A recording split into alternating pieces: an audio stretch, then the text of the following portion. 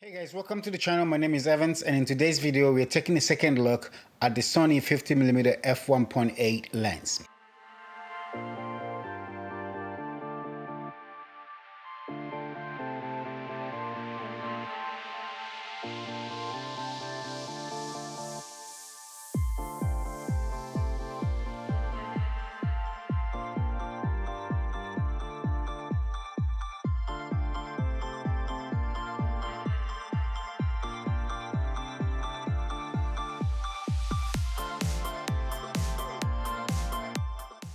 Okay, so about a year ago, I took a first look at the 50mm f1.8, and at that time, when I first switched to Sony, I preferred to use my Canon 50mm f1.8 and adapt it to my Sony A7 III using the MC11 adapter.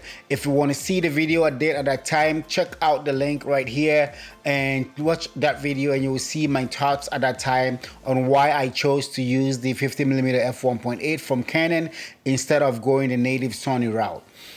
However, it's been about a year now, and I want to take a second look because I have recently realized that there was a firmware update released by Sony for the 50 f1.8, and that firmware update seemed to have improved some of the autofocus issues that I had when I initially took a look at this lens. So today we're going to take this lens out. We're going to go on a walk with the Get Out and Shoot Toronto team. We're going to the harbor front for a walk, and for this shoot I'm going to primarily use only the 50mm f1.8 lens and get to review it and take it through the paces, and at the end I'll share my conclusions with you guys. So all the footage you're going to see in this video is from the 50mm f1.8. In this talking head setup type of scenes, this is being shot with the APS-C body, the Sony A6400. However, all the other B-roll stuff that you will see in this video is shot on the Sony A7 III using the 50 f1.8. So let's talk about build quality. This lens is primarily made of plastic except for the back mount, which is made of metal. It does not have an AF/MF switch button.